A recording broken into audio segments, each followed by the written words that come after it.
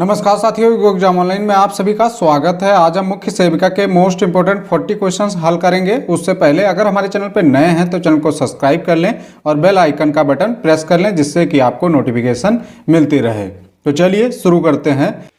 प्रश्न है, व्यक्ति की उभरती और विस्तृत होती क्षमताएं जो कार्य करने में धीरे धीरे अधिक सुविधा देने लगती हैं।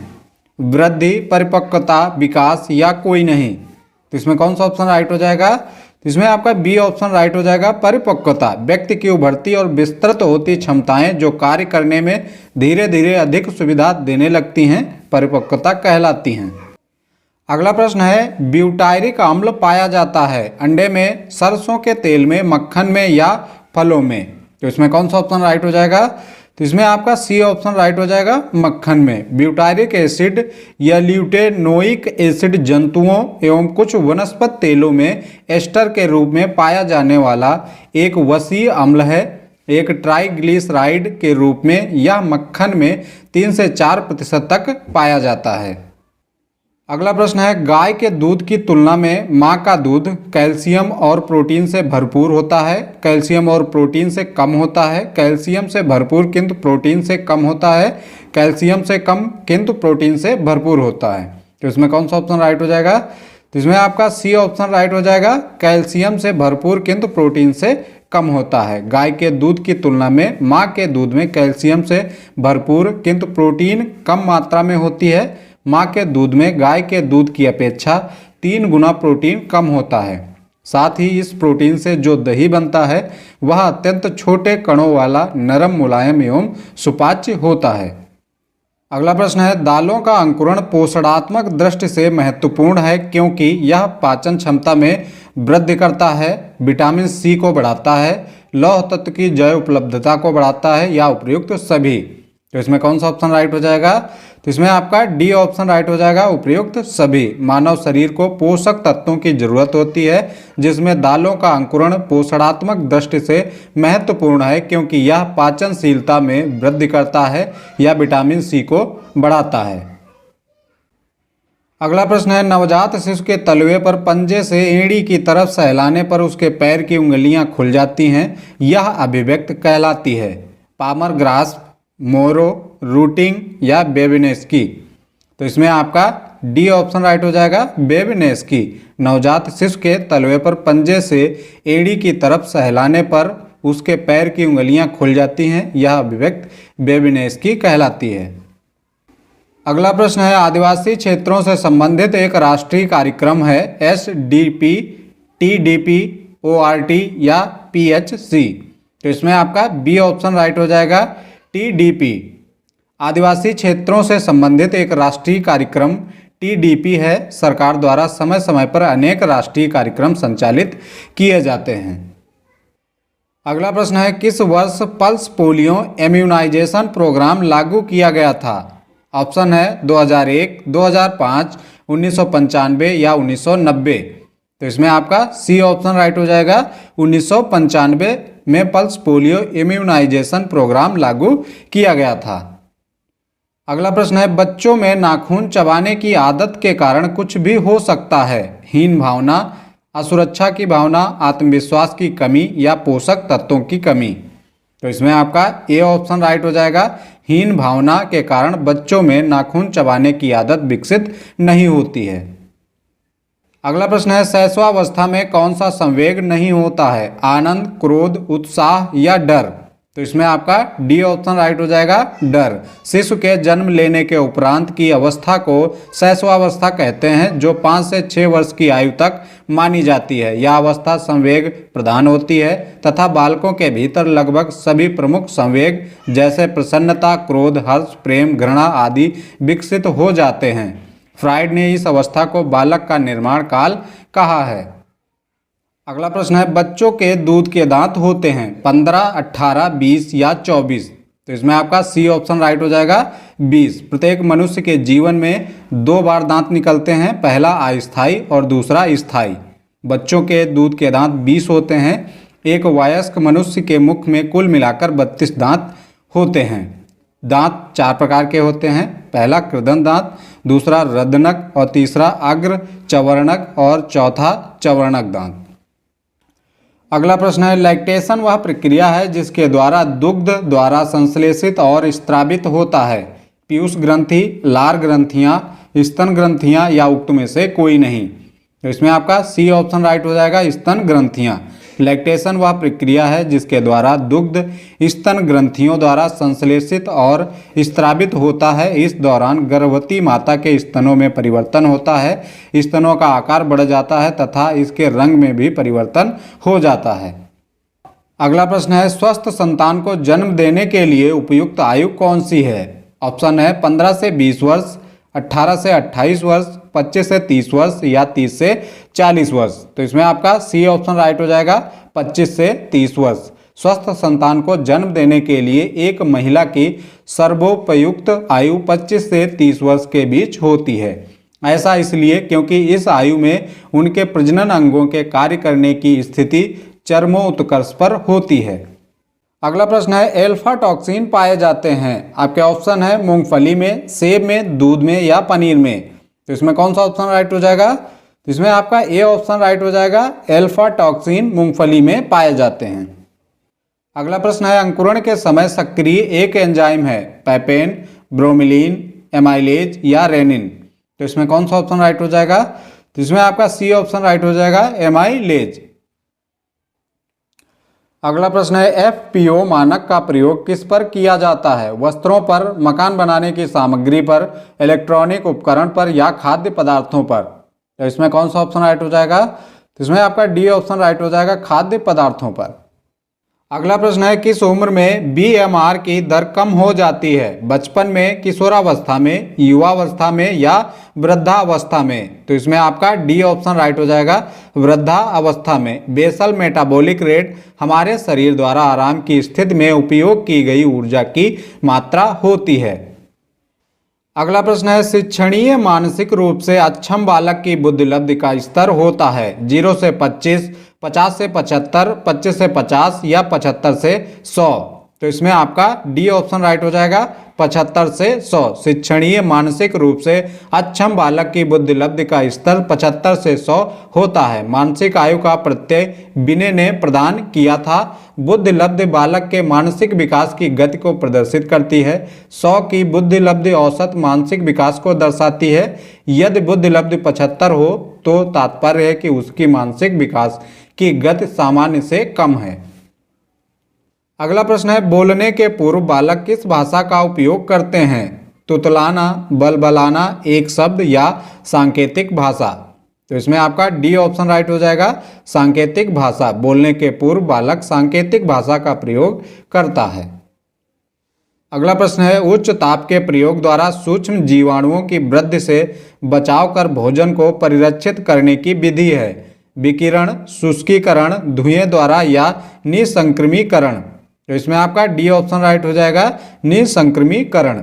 निसंक्रमीकरण खाद्य पदार्थों को परिरक्षित रखने का ऐसा तरीका है जिसमें उच्च ताप पर जीवाणुओं को निष्क्रिय कर दिया जाता है। संरक्षण प्रक्रिया में आमतौर पर बैक्टीरिया, कवक और अन्य जीवाणुओं की वृद्धि को रोका जाता है और खाद्य पदार्थों के ऑक्सीकरण दर को भी धीमा किया जाता है। गतिशील संतुलन से तात्पर्य है प्रोटीन ऊर्जा अनुपात का, कैल्शियम फास्फोरस अनुपात का, खनिज लवण संतुलन का, उपयुक्त में से कोई नहीं। तो इसमें आपका ए ऑप्शन राइट हो जाएगा, प्रोटीन ऊर्जा अनुपात का। गतिशील संतुलन से तात्पर्य है प्रोटीन ऊर्जा अनुपात का। इसमें ए ऑप्शन आपका राइट हो जाएगा। अगला प्रश्न है, 0 से 6 महीने के बच्चे के लिए प्रतिदिन लगभग कितना प्रोटीन चाहिए? 0 से 5 ग्राम, 1 ग्राम, 1.5 ग्राम या 2 ग्राम। तो इसमें आपका ए ऑप्शन राइट हो जाएगा, 0.5 ग्राम। अगला प्रश्न है, डॉक्टर एम स्वामीनाथन द्वारा निम्नलिखित में से कौन से खाद्य वर्ग की अनुशंसा की गई है? 4 खाद्य वर्ग की, 5 खाद्य वर्ग की, 7 खाद्य वर्ग की या 11 खाद्य वर्ग की? तो इसमें आपका डी ऑप्शन राइट हो जाएगा, 11 खाद्य वर्ग की। डॉक्टर एम स्वामीनाथन द्वारा 11 खाद्य वर्ग की अनुशंसा की गई है। अगला प्रश्न है, भारत में पोषक तत्व की कमी से सर्वाधिक रूप में पाई जाने वाली बीमारी है? ऊर्जा प्रोटीन कुपोषण, कैल्शियम की कमी, फास्फोरस की कमी या विटामिन सी की कमी? तो इसमें आपका ए ऑप्शन राइट हो जाएगा, ऊर्जा प्रोटीन कुपोषण। भारत में पोषण तत्व की कमी से सर्वाधिक रूप से पाई जाने वाली बीमारी ऊर्जा प्रोटीन कुपोषण है। शरीर के लिए आवश्यक संतुलित आहार लंबे समय तक ना मिलना ही कुपोषण कहलाता है। कुपोषण के कारण बच्चों तथा महिलाओं में रोग प्रतिरोधक क्षमता कम हो जाती है, जिससे वे आसानी से कई बीमारियों के शिकार बन जाते हैं। कुपोषण से पीड़ित व्यक्ति को प्रोटीन तथा ऊर्जा युक्त संतुलित आहार लेने की सलाह दी जाती है।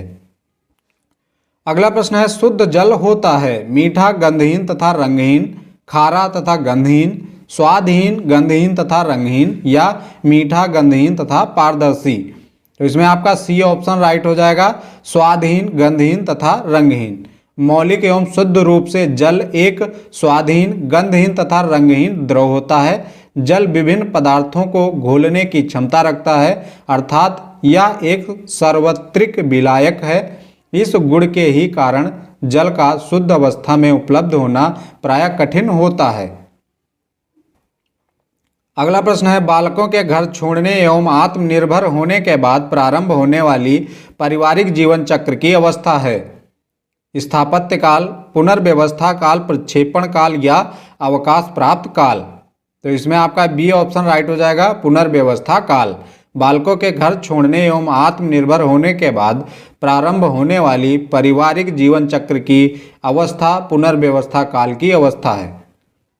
अगला प्रश्न है, वह परिवार जो अपने पर्यावरण के साथ निरंतर परस्पर संबंधित रहता है कहलाती है खुली प्रणाली, बंद प्रणाली, अर्धबंद प्रणाली या अर्ध खुली प्रणाली। तो इसमें आपका ए ऑप्शन राइट हो जाएगा, खुली प्रणाली।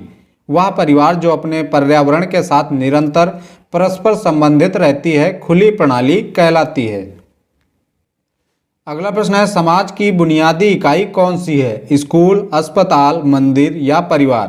तो इसमें आपका डी ऑप्शन राइट हो जाएगा, परिवार। समाज की बुनियादी इकाई परिवार है। अगला प्रश्न है, मेगालोब्लास्टिक एनीमिया किस विटामिन की कमी के कारण रोग होता है? Vitamin B2, vitamin C, vitamin B9 या विटामिन ए?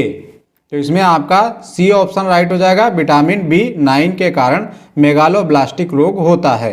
वहीं विटामिन 2 में त्वचा फटना, आंखों का लाल होना, और विटामिन सी में स्कर्वी रोग होता है। अगर विटामिन ए की कमी है तो रतौंधी रोग होता है।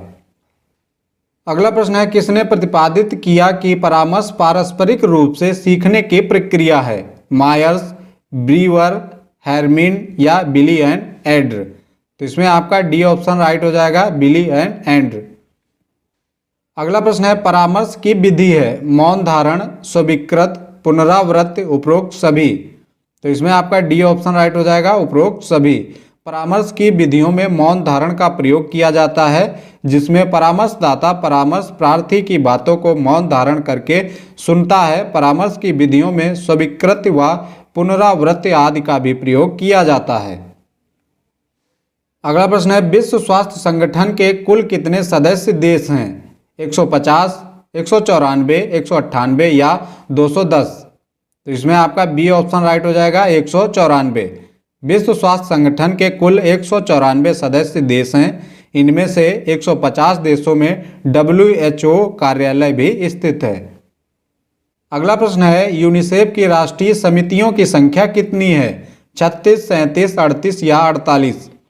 तो इसमें आपका सी ऑप्शन राइट हो जाएगा, 38। यूनिसेफ की राष्ट्रीय समितियां 38 देशों में हैं तथा इनमें से प्रत्येक एक स्वतंत्र स्थानीय गैर सरकारी संगठन के रूप में स्थापित है। राष्ट्रीय समितियां सार्वजनिक क्षेत्र से धन जुटाती हैं। अगला प्रश्न है, UNDP द्वारा जारी किए जाने वाले मानव विकास सूचकांक में निम्न में से क्या शामिल नहीं है? जीवन प्रत्याशा, शिक्षा, संपत्ति या प्रति व्यक्ति आय? तो इसमें आपका सी ऑप्शन राइट हो जाएगा, संपत्ति। संयुक्त राष्ट्र विकास कार्यक्रम UNDP द्वारा वर्ष 2010 से मानव विकास रिपोर्ट द्वारा HDI की गणना में नई प्रविधि का प्रयोग किया जा रहा है, जिसके अंतर्गत 3 संकेतक शामिल हैं: जीवन प्रत्याशा, शिक्षा एवं आय सूचकांक। अगला प्रश्न है, अस्पृश्यता निवारण अधिनियम कब पारित हुआ था? 1952, 1951, 1955 या 1953? तो इसमें आपका सी ऑप्शन राइट हो जाएगा, 1955। अनुच्छेद 17 को संविधान में मान्यता प्रदान करने के लिए संसद में अस्पृश्यता निवारण अधिनियम 1955 में पारित हुआ था। अगला प्रश्न है, जातिवादी किस प्रवृत्ति को व्यक्त करता है? पूर्वाग्रह व पक्षपात, प्रभुत्व की इच्छा, अभिज्ञान व पहचान या अभिज्ञान एवं प्रभुत्व। तो इसमें आपका ए ऑप्शन राइट हो जाएगा, पूर्वाग्रह व पक्षपात। जातिवाद की प्रवृत्ति पूर्वाग्रह व पक्षपात का समर्थन करता है। भारतीय समाज में जातिवाद नामक व्यवस्था व्यापक रूप से विद्यमान है। अगला प्रश्न है, बहुआयामी गरीबी सूचकांक 2021 के अनुसार किस राज्य में सबसे कम गरीबी का प्रतिशत है? सिक्किम, तमिलनाडु, केरल या गुजरात। तो इसमें आपका सी ऑप्शन राइट हो जाएगा, केरल। केरल में गरीबी 0.71% है, वहीं गुजरात में 3.76% है, वहीं सिक्किम में अगर बात करें तो 3.82% है और तमिलनाडु में 4.89% है। अगला प्रश्न है, उत्तर प्रदेश के प्रथम जनसंख्या नीति की घोषणा कब की गई थी? 11 जुलाई 2000, 11 जुलाई 2001, 11 जुलाई 2005 या 11 मई 2000। तो इसमें आपका ए ऑप्शन राइट हो जाएगा, 11 जुलाई 2000। उत्तर प्रदेश की प्रथम जनसंख्या नीति की घोषणा 11 जुलाई 2000 को की गई थी। इस नीति में सामुदायिक भागीदारी, महिलाओं के जीवन स्तर में सुधार, निजी क्षेत्र में सहभागिता तथा स्वास्थ्य क्षेत्र में विस्तार आदि क्षेत्रों पर बल दिया गया था। अगला प्रश्न है, निम्नलिखित में से भारत में बढ़ते तलाक के कारण कौन है? आपके ऑप्शन है, महिलाओं का आर्थिक स्वावलंबन, देश की विलासिता, वैवाहिक जोड़ों की अपरिपक्वता या शिक्षा। तो इसमें आपका ए ऑप्शन राइट हो जाएगा, महिलाओं का आर्थिक स्वावलंबन। अगला प्रश्न है, निम्नलिखित में से कौन वेश्याव्रत की विशेषता नहीं है? व्यवसाय, आर्थिक लाभ, अवैध संबंध या सामाजिक प्रतिष्ठा। तो इसमें आपका डी ऑप्शन राइट हो जाएगा, सामाजिक प्रतिष्ठा। अगला प्रश्न है, जनसंख्या वितरण को प्रभावित करने वाले प्रमुख कारक हैं? औद्योगिक विकास, जलवायु, सामाजिक विकास या आर्थिक विकास। तो इसमें आपका बी ऑप्शन राइट हो जाएगा, जलवायु। जनसंख्या वितरण को प्रभावित करने वाला प्रमुख कारक जलवायु है। आज की वीडियो कैसी लगी कमेंट बॉक्स में जरूर बताएं। मिलते हैं अगली वीडियो में, तब तक के लिए जय हिंद।